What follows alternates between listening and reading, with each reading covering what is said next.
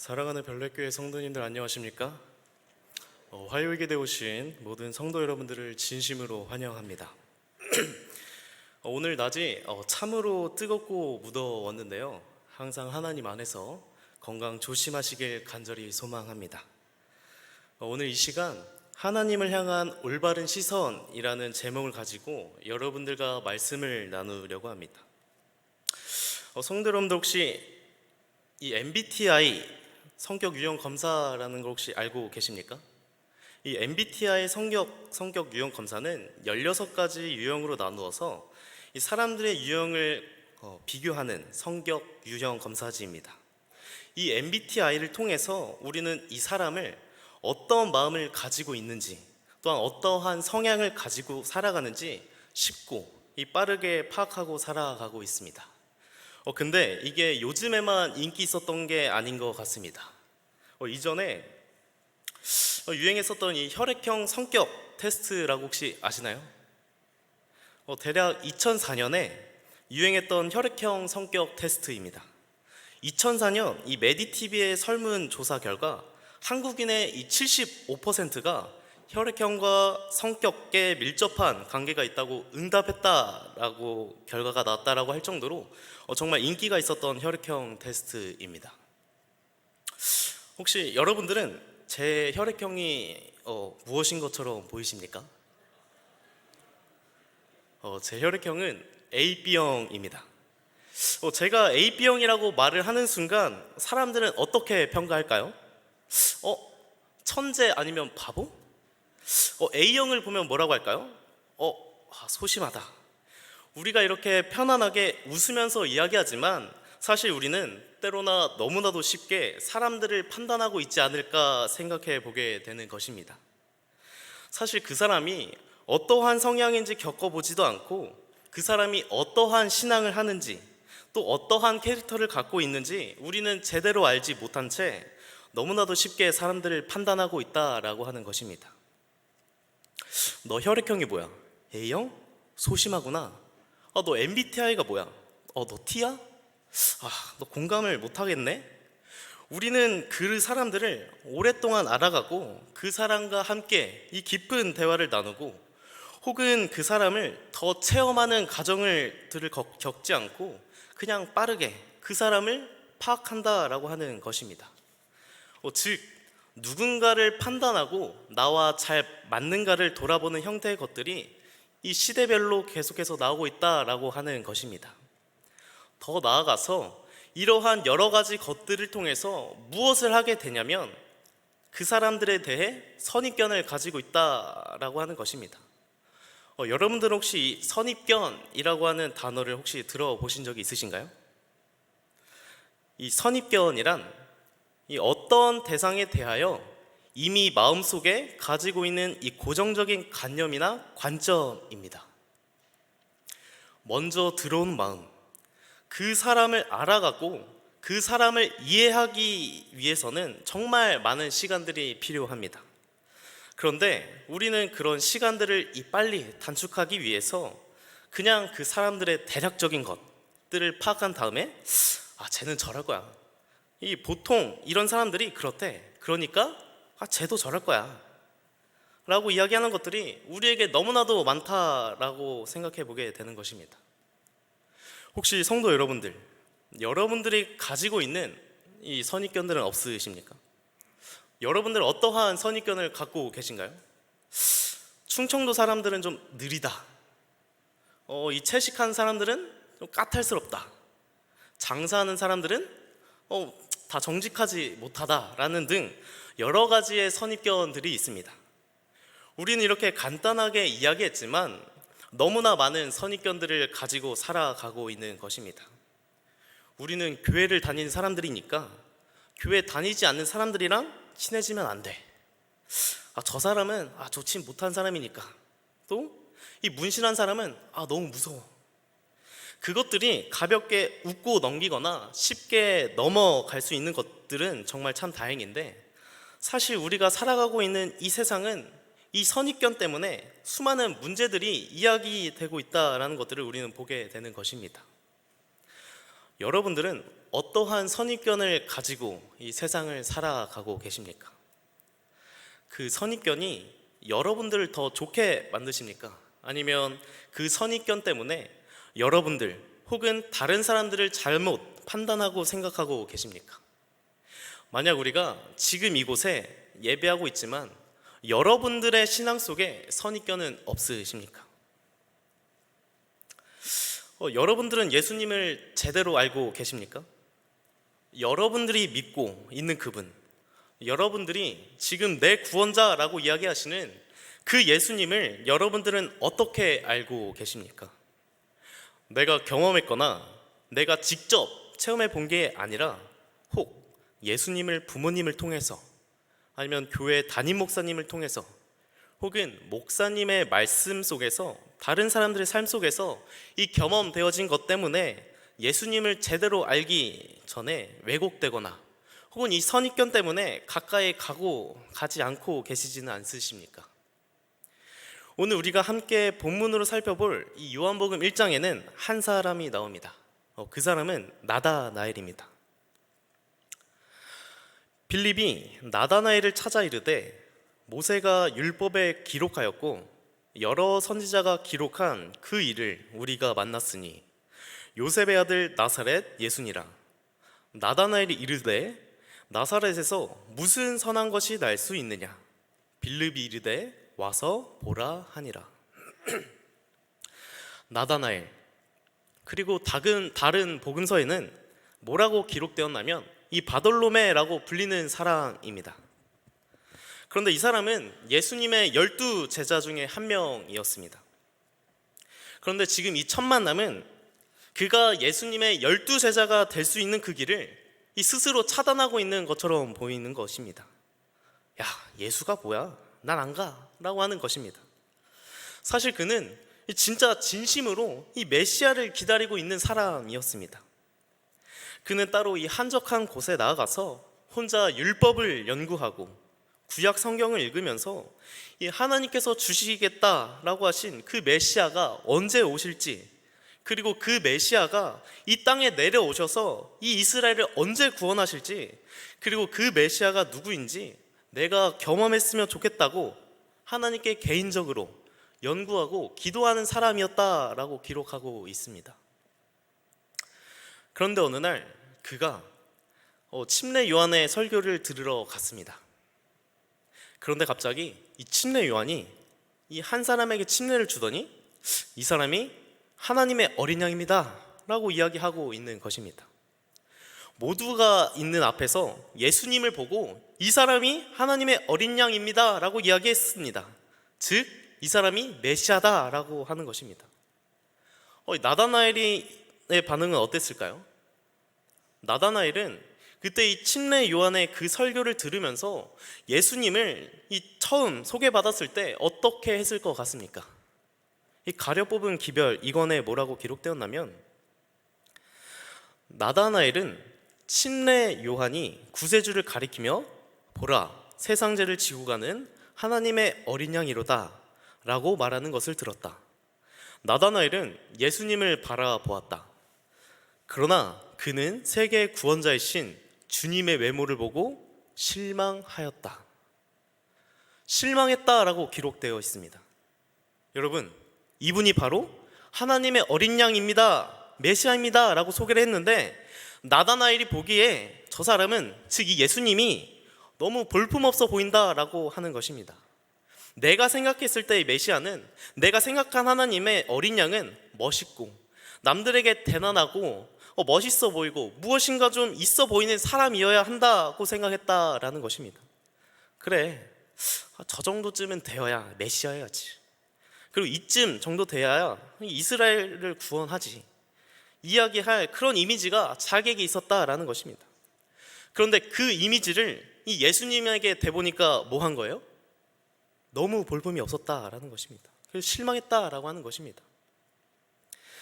그가 가지고 있었던 이 메시아에 대한 선입견이 그를 예수님으로부터 멀어지게 되는 원인이었다라고 하는 사실입니다. 그래서 그는 다시 기도하러 갑니다. 그러던 와중에 이 빌립이라는 자기 친구가 찾아오게 됩니다. 야, 나 예수님 만났어. 우리 그분한테 가자. 그분 나사렛 예수라는 분이야. 그러자 이 가려뽑은 기별 이권에서는 이렇게 이야기를 하고 있습니다.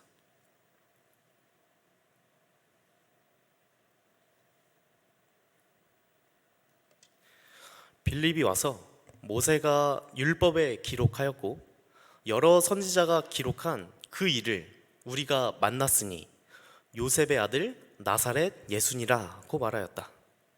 그러나 나사렛이란 말이 또다시 그의 불신을 자극시켰으며 그는 나사렛에서 무슨 선한 것이 날 수 있느냐라고 말하였다.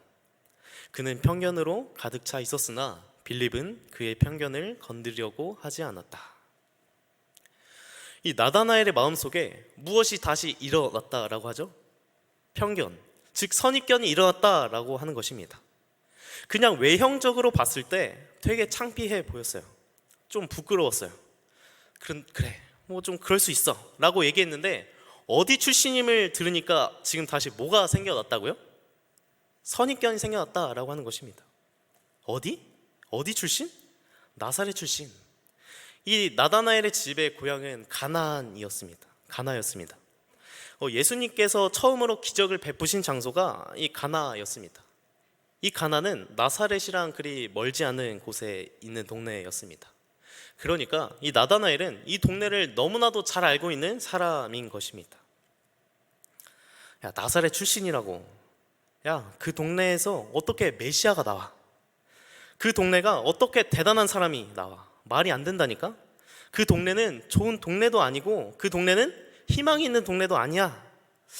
외형도 좀 별로고 출신 성분도 별로 안 좋고 정말 최악이구나 라고 생각하는 것입니다. 그의 마음속에서 계속해서 선입견이 일어난다라는 것입니다.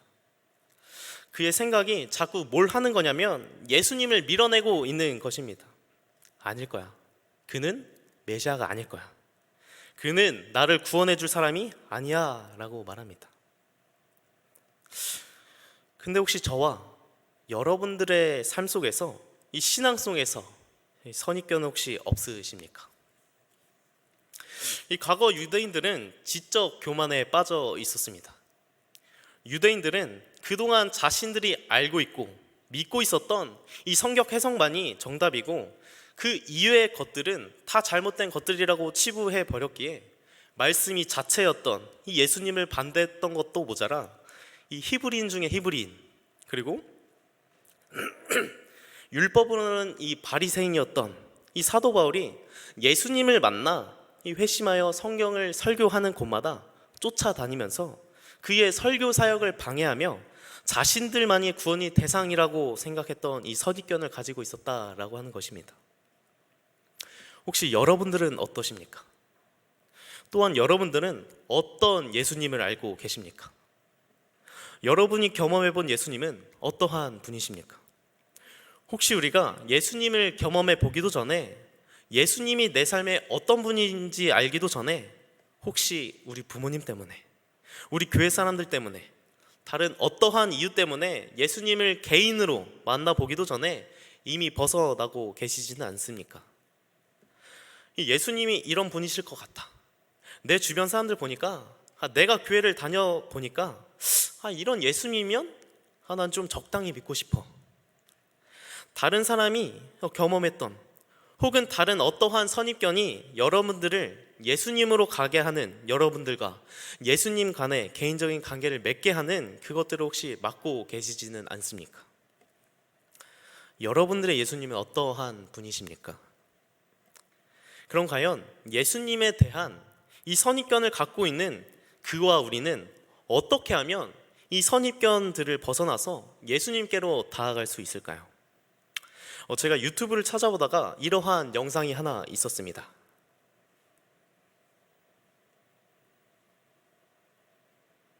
개를 키우는데 선입견하고 편견이래. 그 개를 어떻게든지 내가 벗어나고 싶지만 벗어나지 못하고 나머지 한 마리의 개를 데려올 수밖에 없어. 개가 그거를 선입견과 편견을 없애주는데 걔는 백문이 불여일견이라서 본인이 직접 경험하고 보지 않는 거는 믿지 말아야 돼. 우와.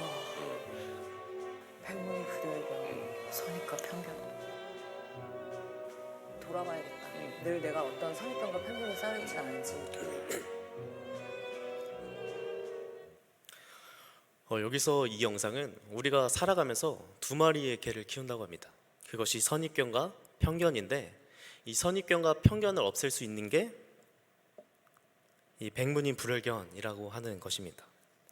우리는 일상을 살아갈 때에 선입견과 편견을 가지고 살아갑니다. 그런데 어쩌면 이 태어날 때부터 이 교인이었던 우리들이나 아니면 누군가를 통해서 전달받았던 우리들은 이 예수님을 객관적으로 이 개인적인 관계를 맺지 않고 그냥 들어오는 것들을 통해서 수많은 선입견과 이 편견들이 우리 마음속에 들어와 있는 것처럼 보여진다라는 것입니다. 이 나다나엘처럼 말입니다. 그런데 그 선입견과 이 편견을 깨려면 무엇을 해야 하냐면 직접 듣고 그를 만나봐야 된다라고 이야기한다라는 것입니다. 46절 빌립이 지금 이야기를 합니다. 뭐 하라고 한다고요? 와보라. 너가 직접 와서 만나봐. 나는 직접 이곳에 와서 만나보니까 이 그분을 경험해 보니까 나는 뭐 했냐면 변화했어. 너도 나처럼 변할 수 있어 라고 이야기하는 것입니다. 이것이 핵심입니다. 이 선입견을 없앨 수 있는 방법은 다른 사람들이 뭐라고 이야기하는 이 다른 사람이 경험한 그 예수님을 믿는 것, 다른 사람이 경험한 것들을 통해서 내가 받는 것이 아니라 직접 가보는 것입니다. 빌립이 와보라고 하는 초청은 나다나엘이 비록 선입견을 갖고 있었지만 일단 예수님께 나아오게 되었습니다. 그러자 예수님께서 처음으로 나오고 있는 이 나다나엘을 보면서 예수님이 이렇게 이야기하십니다. 예수께서 나다나엘이 자기에게 오는 것을 보시고 그를 가리켜 이르시되 보라, 이는 참으로 이스라엘 사람이라. 그 속에 간사한 것이 없도다. 예수님과 드디어 실제로 첫 개인적인 만남을 하는 그 순간 첫 마디가 무엇이냐면 너 참 이스라엘 사람이다 라고 하자 나다나엘이 저 어떻게 아세요? 라고 이야기하자 다음 48절입니다. 나다나엘이 이르되 어떻게 나를 아시나이까? 예수께서 대답하여 이르시되 빌립이 너를 부르기 전에 내가 무화과나무 아래에 있을 때에 보았노라. 그 다음 나다나엘은 이렇게 말합니다. 나다나엘이 대답하여 랍비여, 당신은 하나님의 아들이시오? 당신은 이스라엘의 임금이로소이다. 이 무화과나무가 무슨 뜻이길래 이렇게 대단한 것일까요? 그가 이 이야기를 듣자마자 당신 진짜 메시아이군요. 내가 기다리던, 내가 기도하던 그분이 맞아요 라고 인정할 수 있었을까요? 이 무화과나무 아래가 도대체 무슨 의미가 있었냐라고 하는 것입니다. 사실 이 무화과나무 아래는 이 나다나엘에게 있어서 굉장히 의미 있는 곳이었습니다. 아까 이야기했지만 그는 끊임없이 기도하고 이 말씀을 연구하던 사람이었습니다. 그 무화과나무 아래는 그 당시 사람들에게는 햇빛을 피할 수 있는 공간, 그리고 좀 감추어져 있는 공간이었다라고 이야기합니다. 그래서 그 속에 들어가서 이 말씀을 보고 개인적으로 하나님을 만나는 공간이었다라고 이야기하는 것입니다. 그래서 그는 그곳에서 기도했습니다. 그곳에서 변하지 않는 현실을 위해 기도했습니다. 그에게 있어서 무화과나무 아래는 때로는 슬픔과 좌절의 시간이었습니다. 그곳에서 그는 열심히 기도했고 또 좌절했고 아픔을 경험하는 공간이었습니다.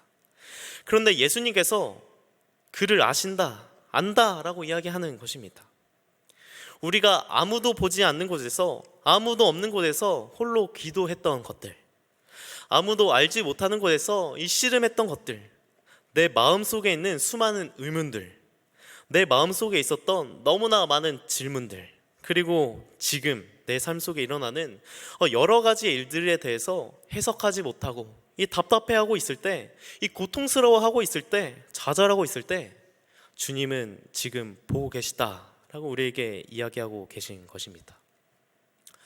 말씀을 정리하면서 나다나엘이 처음 예수님을 생각하고 보았을 때 자신이 원하는 이 메시아가 아니어서 이 선입견을 가지고 실망하며 예수님을 바라보았지만 결국에 이 빌립의 와보라라고 하는 이 초청을 받아 직접 경험을 통해서 예수님을 바라보고 이 받아들인 것처럼 저와 여러분들도 정말 예수님을 자신의 구주로 받아들이며 자신의 삶을 예수님께 맡겨보는 저와 여러분들이 되었으면 좋겠습니다.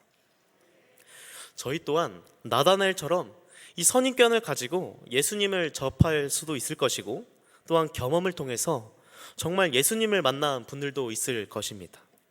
하지만 이번 이 설교를 통해서 이 하나님을 향한 올바른 시선이 자라나길 간절히 소망합니다. 또한 더욱 예수님에 대한 선입견을 줄이고 예수님의 역사하심을 경험하여 더욱 신앙이 발전하는 우리 별내교회가 되길 간절히 소망합니다. 더 나아가 내 자신뿐만 아니라 이 빌립처럼 다른 사람들에게 와보라 라고 초청하는 그러한 별내교회가 되길 간절히 기도하며 말씀을 줄이겠습니다.